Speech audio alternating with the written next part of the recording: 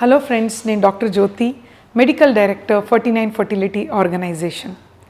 చాలామంది పిల్లలు లేక బాధపడే కపుల్స్ నాకు పెళ్ళి అయ్యి ఆల్మోస్ట్ 5-6 ఇయర్స్ అయింది, ఎందుకు ప్రెగ్నెన్సీ కావట్లేదు, నాకు ట్యూబ్స్లో ఎటువంటి అయినా ప్రాబ్లం ఉందా, ఎలా తెలుసుకుంటాను, ట్యూబ్ ఫైండ్ అవుట్ చేయడానికి ఏదైనా సిమ్టమ్స్ వస్తాయా, లేదంటే ఏదైనా టెస్ట్ చేయటం జరుగుతుందా, సో ట్యూబ్స్లో ప్రాబ్లం ఉంటే నాకు న్యాచురల్గా ప్రెగ్నెన్సీ వస్తుందా, లేదంటే ఏదైనా ప్రొసీజర్ చేసుకోవాలా, నానా రకాల డౌట్స్ ఉంటాయి అన్నమాట ట్యూబ్ గురించి.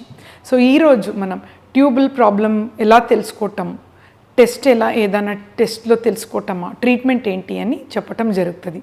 సో ఇది అర్థం చేసుకోవటానికి ట్యూబ్ అంటే ఏంటి అని ఇంపార్టెంట్. సో మనం గమనిస్తే లేడీస్ రీప్రొడక్టివ్ ఆర్గన్ గర్భాశయం వెరీ ఇంపార్టెంట్. పక్కనే ట్యూబ్స్ ఉంటాయి అన్నమాట, right fallopian tube, left fallopian tube అని చెప్తాం. సో దానికి ఆనుకునే అండాశయం ఉంటాయి, ఎగ్స్ ఉంటాయి అన్నట్టు both the sides. So every month ovulation టైంలో around 10th to 12th day of నెలసరిలో ఒక ఎగ్ ట్యూబ్కి వెళ్తాయి అన్నట్టు. అండ్ ఆ టైంలో హస్బెండ్ అండ్ వైఫ్ టుగెదర్ ఉంటే స్పర్మ్ అనేది ఇలా వెళ్తాయి, ట్యూబ్స్ లోపల వెళ్ళి బేబీ ఫామ్ అవుతుంది. So tube the most important function ఏంటి అంటే ఒక ఎగ్ ఒక స్పర్మ్ని కలపటం అండ్ బేబీ ఫామ్ అవటం. సో బేబీ ఫామ్ అవటం ట్యూబ్స్లోనే అన్నట్టు. ఈ ట్యూబ్ బ్లాక్ ఉందనుకోండి బోత్ ద సైడ్స్, అప్పుడు న్యాచురల్గా ప్రెగ్నెన్సీ అయ్యే ఛాన్సెస్ ఉండదు. ఇది సైన్స్ ప్రూవన్. ఒక సైడ్ ట్యూబ్ ఉంటే కూడా 1 బేబీనే కాదు, సెకండ్ ప్రెగ్నెన్సీ, థర్డ్ బేబీ కూడా అవ్వచ్చు. సో డోంట్ వరీ అన్నట్టు. సో ట్యూబ్లో ప్రాబ్లం ఎందుకు వస్తుంది అంటే సహజంగా మన కంట్రీలో ఇండియాలో ఎక్కువ ఇన్ఫెక్షన్ వల్ల వస్తుంది. ఇన్ఫెక్షన్ ఏంటి అంటే సపోజ్ ఇండియాలో టీబీ అనే ప్రాబ్లం ఎక్కువగా చూస్తాం. సో పొట్టలో ఏదైనా ఇన్ఫెక్షన్ అవుతే ఇది గర్భాశయం ట్యూబ్ పక్కనే ఉంటుంది కాబట్టి ఇక్కడి నుంచి ఆ ఇన్ఫెక్షన్ వెళ్ళి ట్యూబ్స్లో వెళ్ళి తర్వాత గర్భాశయంలో వెళ్తాయి అన్నమాట. సో ట్యూబ్ బ్లాక్ అవ్వటము లేదంటే స్వెల్లింగ్ రావటం హైడ్రోసాల్పింగ్స్ అని ఉంటుంది. కొన్ని సిచ్యుయేషన్లో వేరే బ్యాక్టీరియా కూడా, క్లెమీడియా, ఇవి కూడా ఇక్కడి నుంచి ఇన్ఫెక్షన్స్ మొదలవుతాయి. సో ట్యూబ్ బ్లాక్ అవుతే న్యాచురల్గా ప్రెగ్నెన్సీ వచ్చే ఛాన్సెస్ చాలా చాలా తక్కువ. సో మనం ఏం చేస్తాం యాజ్ అ డాక్టర్, మళ్ళీ ఎలా తెలుసుకుంటామంటే సిమ్టమ్స్ అనేది యూజువల్గా ఎక్కువగా లేడీస్కి తెలీదు వాళ్ళకి ట్యూబ్ ప్రాబ్లం ఉంది అని. వాళ్ళు సహజంగా నాకు పెళ్ళి అయ్యి 5 ఇయర్స్ అయింది, నాకు ప్రెగ్నెన్సీ కావట్లేదంటే మేము స్కాన్ చేసేటప్పుడు కూడా ట్యూబల్ ప్రాబ్లం ఏర్పడదు. సో ట్యూబల్ టెస్ట్ ఒకటి చేయటం జరుగుతుంది. ట్యూబల్ టెస్ట్ అంటే ఏం చేస్తామంటే స్కాన్ లెక్కే ఒక చిన్న క్యాథెటర్ వేసి ఒక సెలైన్ వేస్తే ఈ ట్యూబ్ ఓపెన్ ఉంటే ఎక్స్రేలో కానీ స్కాన్లో తెలుస్తుంది అనమాట ట్యూబ్ ఓపెన్ ఉంది. హెచ్ఎస్జి అంటారు, కొందరు SIS అని చేస్తామన్నమాట. ఇంకా కొందరు లేడీస్లో వైట్ డిశ్చార్జ్ అవ్వటం ఎక్కువ, వెజైనా దగ్గర హిచ్చింగ్ అవ్వటము, ఇవన్నీ ఉంటే నెగ్లెక్ట్ చేయకూడదు. ఎస్పెషలీ కొందరు పెళ్ళి అయిన కొత్తలో లేదంటే అన్ప్లాన్డ్గా ప్రెగ్నెంట్ అయిపోతారనుకోండి, ప్రెగ్నెన్సీ వచ్చిన తర్వాత వాళ్ళకి రెడీగా లేరు నేను కంటిన్యూ చేయటము, సో అబార్షన్స్కి ట్యాబ్లెట్ వాడతారు ఆన్ కౌంటర్. ఇటువంటి కండిషన్లో ఏమవుతుంది, అది అబార్షన్ అయిన తర్వాత బేబీ 70-80% బయటకు వచ్చి లోపల కొందరు ఉండిపోతే ఇన్ఫెక్షన్ సోర్స్ అవుతుంది అన్నట్టు. సో జనరల్గా ఈ మిస్క్యారేజెస్ తర్వాత ట్యూబల్ ప్రాబ్లం ఎక్కువగా చూస్తామన్నట్టు. సో ఇవన్నీ ప్రివెంటివ్ మెథడ్స్ అండి. జస్ట్ అబార్షన్ చేసుకున్నప్పుడు ఒక్కసారి డాక్టర్ కన్సల్ట్ అవుతే మీకు ఇన్ఫెక్షన్స్ ఇవన్నీ ప్రివెంట్ చేయటం ఇంపార్టెంట్ అన్నట్టు. సో ఇది ట్యూబల్ ఇష్యూస్. కొన్ని సిచ్యుయేషన్లో ఏమవుతుంది, బేబీ అనేది ట్యూబ్లోనే అతికిపోతాయి. సో అప్పుడు అది 4th-5th మంత్లో ఓపెన్ అయినప్పుడు ఒక్కొక్కసారి ట్యూబ్ తీసేస్తారు. సో కొందరికి ట్యూబ్ కూడా తీయటం జరుగుతుంది.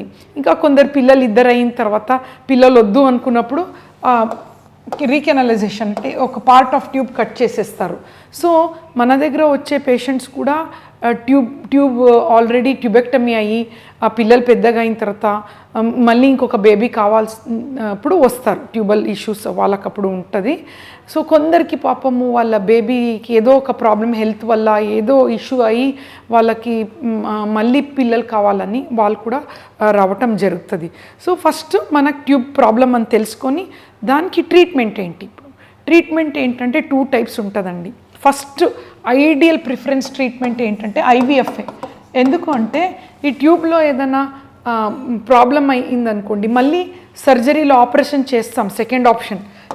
కొందరికి ఏంటంటే మళ్ళీ ఆపరేషన్ చేసిన తర్వాత మళ్ళీ అగైన్ బ్లాక్ అవుతూ ఉంటుంది. సో సక్సెస్ అనేది కొంచెం చాలా తక్కువ.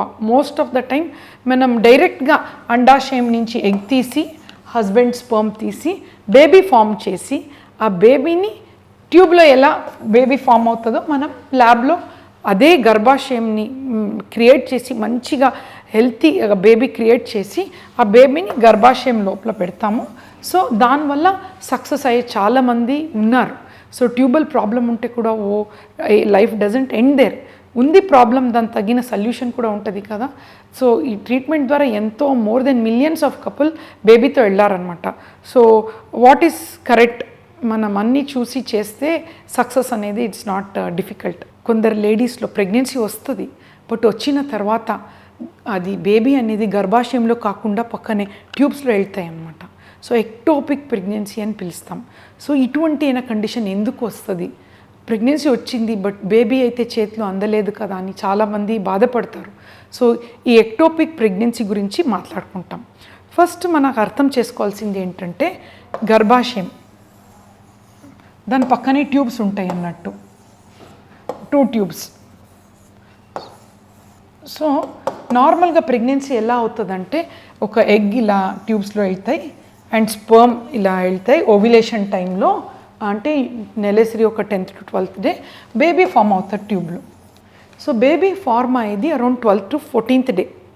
ఒక బేబీ ఫామ్ అయిన తర్వాత ఫర్టిలైజేషన్ అంటాం, ఎంబ్రియో అని పిలుస్తాం. అది మెల్లగా 4 to 5 డేస్లో ఇలా వచ్చి గర్భాశయంలో అతుక్కుంటుంది, ఇంప్లాంటేషన్. అతుక్కున్న తర్వాత అది 9 months పెరుగుతుంది అనమాట. ఇక్కడ 9 months బేబీ పెరిగి డెలివరీ అవుతుంది. సో గర్భాశయం అనేది స్పేస్ ఎక్కువ ఉంటాయి, బేబీని 9 months తీసుకొని వెళ్ళే కెపాసిటీ ఉంటాయి. 3 kg బేబీ కూర్చోవచ్చు గర్భాశయంలో, బలూన్ లెక్క అది. బట్ ట్యూబ్స్ అనేది చాలా థిన్గా స్లెండర్గా ఉంటుంది. కొందరు లేడీస్లో ఈ బేబీ ఏదైతే ట్యూబ్స్లో ఫామ్ అవుతుంది గర్భాశయం వరకు వెళ్ళదు. రీజన్స్ నేను చెప్తాను. సో వెళ్ళకుండా అక్కడే పెరుగుతుంది అనమాట. పెరిగి ఏమవుతుంది, పెరిగి పెరిగి పెరిగి ఇది 2 or 3 monthsకే కెపాసిటీ ఈ ట్యూబ్, ఎందుకంటే ఇంతే సన్నగా ఉంటుంది. సో బేబీ కొంచెం ఎక్కువ పెరిగితే మనకు తెలియదు అనుకోండి, ఆ ట్యూబ్ పగులుతుంది, ఓపెన్ అయిపోతుంది, రప్చర్ అంటారు. రప్చర్ అయితే వెరీ వెరీ డిఫికల్ట్ సిచ్యుయేషన్. అప్పుడు మొత్తం బాడీలో ఉన్న బ్లడ్ అంతా బేబీ కూడా ఇలా వెళ్తాయి అండ్ బాడీలో ఉన్న బ్లడ్ మొత్తం పొట్టకెళ్ళి పేషెంట్కి లైఫ్ థ్రెటనింగ్ ఛాన్సెస్ కూడా ఉంటుందన్నమాట. సో ఇది ప్రివెంట్ చేయాలి మనం ఎంతవరకు as a doctor. So first of all ఎందుకు ఎక్టోపిక్ ప్రెగ్నెన్సీ వస్తుందో అంటే కొందరు లేడీస్లో ఈ ట్యూబ్ అనేది సరిగా పని చేయదు. ప్రెగ్నెన్సీ వచ్చేసింది బట్ అది చిన్న చిన్న విల్లేజ్ స్ట్రక్చర్ ఉంటుంది, అది బేబీని మెల్లగా పుష్ చేయాలి గర్భాశయంలో. సో ఏదైనా ఇన్ఫెక్షన్ కానీ ఎస్పెషల్లీ ఇండియాలో టీబీ ఆర్ ఎనీ ఇన్ఫెక్షన్ ఏది ఉంటే కూడా ఆ బేబీని పుష్ చేయకుండా ఇక్కడే పెరుగుతుంది. సో అప్పుడు పేషెంట్కి ఇబ్బంది. So end of the day it's not like pregnant అయిపోయాను, బేబీతో వెళ్ళాలి కదా, అది ఇంపార్టెంట్. ఇది వెరీ కామన్ కండిషన్ కాదు, చాలా rare, but very important to detect early. ఎందుకు అంటే నార్మల్గా మనము ఇది 2-3 months లోపల డిటెక్ట్ చేస్తే అది పేషెంట్కి అది పగలకుండా రప్చర్ అవ్వకుండా కాపాడుకోవచ్చు. మెడికల్ మెథడ్ కూడా ఉంటాయి తొందరగా తెలుసుకుంటే.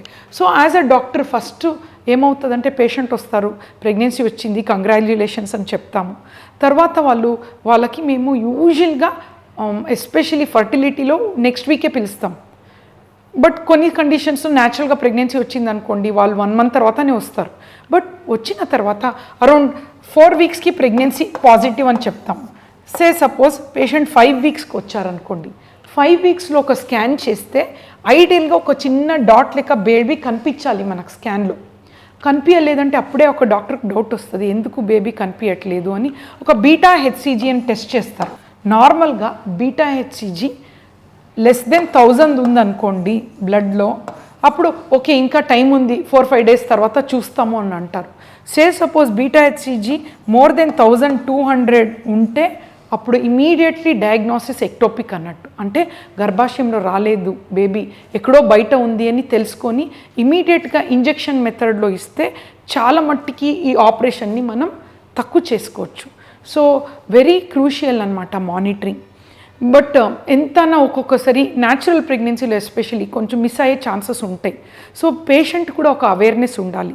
ప్రెగ్నెన్సీ వచ్చి ఒక 5వ వారం 6వ వారంలో ఏదైనా సివియర్గా పెయిన్, స్టమక్ అంటే మామూలు చిన్న చిన్న pain is common, but excruciating pain, ఏదో ఒకలాగా హెవీనెస్, చాలా పెయిన్ అండ్ బ్లీడింగ్ హెవీగా ఉండటం, లేదంటే థర్డ్ ఇంపార్టెంట్ సిమ్టమ్ తల ఒకలాగా గిడ్డినెస్ తిరగటం ఉంటే వెంటనే గైనకాలజిస్ట్ దగ్గర వెళ్ళాలి.